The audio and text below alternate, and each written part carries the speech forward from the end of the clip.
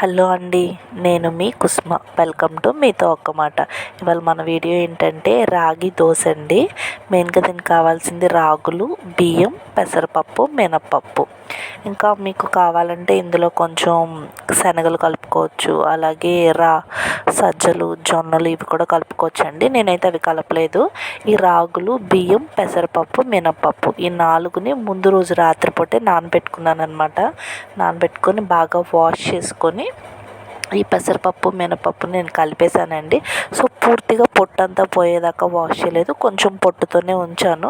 ఎందుకంటే ఫైబర్ కాబట్టి పూర్తిగా అచ్చంగా పొట్టుతో తినలేం కాబట్టి మామూలుగా తినగలరు అనుకుంటే కొంచెం పైన అలా వాష్ చేసుకొని ఆ పొట్టుతో మనం గ్రైండ్ చేసుకోవచ్చండి. నేనైతే కొంచెం పొట్టు తీసేసాను.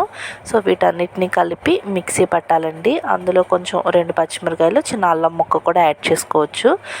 అది మీ టేస్ట్ని బట్టి అనమాట. నేను జీలకర్ర, పచ్చిమిరకాయలు యాడ్ చేశాను. అల్లం కూడా చిన్న చిన్న ముక్కలు కట్ చేసి యాడ్ చేసుకోవచ్చండి. సో ఆ 3 నేను ఒకే సేమ్ కొలతే తీసుకున్నానండి. ఏ కొలత అయితే రాగులు తీసుకున్నానో అదే కొలత బియ్యం, పెసరపప్పు, మినప్పప్పు ఇవి 4 అదే కొలతతో తీసుకున్నాను. వాటిని కలిపి గ్రైండ్ చేసేసుకున్నాను. సో మనకి అట్టు ప్యాటర్న్ వచ్చేదాకా కావాలంటే కొంచెం వాటర్ యాడ్ చేసుకొని మనకి అట్టు వచ్చేంత వరకు, అంటే కొంతమంది పల్చగా ఇష్టపడతారు, కొంతమంది మందంగా ఇష్టపడతారండి.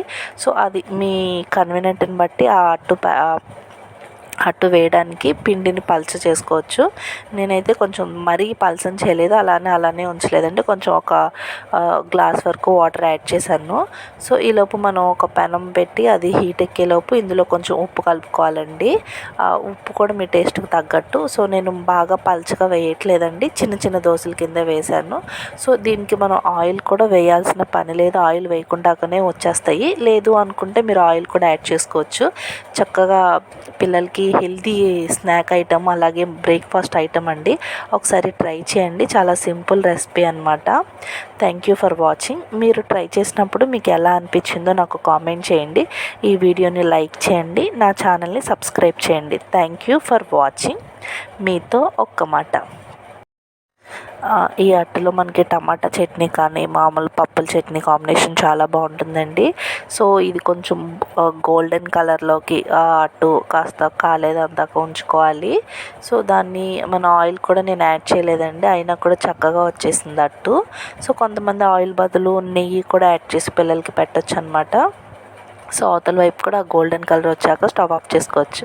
Thank you for watching.